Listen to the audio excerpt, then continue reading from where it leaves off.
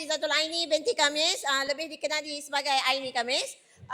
Terlebih dahulu saya mengucapkan terima kasih kepada company Elken, dan tidak lupa juga terima kasih kepada saya punya mentor yang mantap, hebat, berderap saya, iaitu Victor and Erna, Firzul, Diaroy, Arisa, Syarul dan juga Mami dan Papi.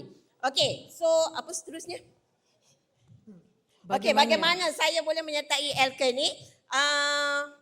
Sebenarnya saya scam diri saya sendiri sebab waktu tu saya join Elken pada zaman PKP, pandemik. And then macam mana saya terjebak, saya tak tahu pun, saya bermula dengan Mobile Spark, saya tak tahu produk itu adalah daripada produk Elken. So sebab saya pun memang tak suka MLM juga.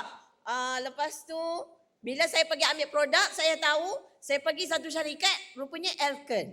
Dah terjebak tu, buat je lah sampai sekarang. So Alhamdulillah, sehingga ke hari ini saya pun dah memiliki Genki dan juga hidrogen semua. So melalui produk-produk Elken, so saya berdiri sehingga ke hari ini. Dan seterusnya Kak apa? Kata-kata motivasi anda. Okey, kata-kata motivasi saya simple, percaya dulu, miliki kemudian.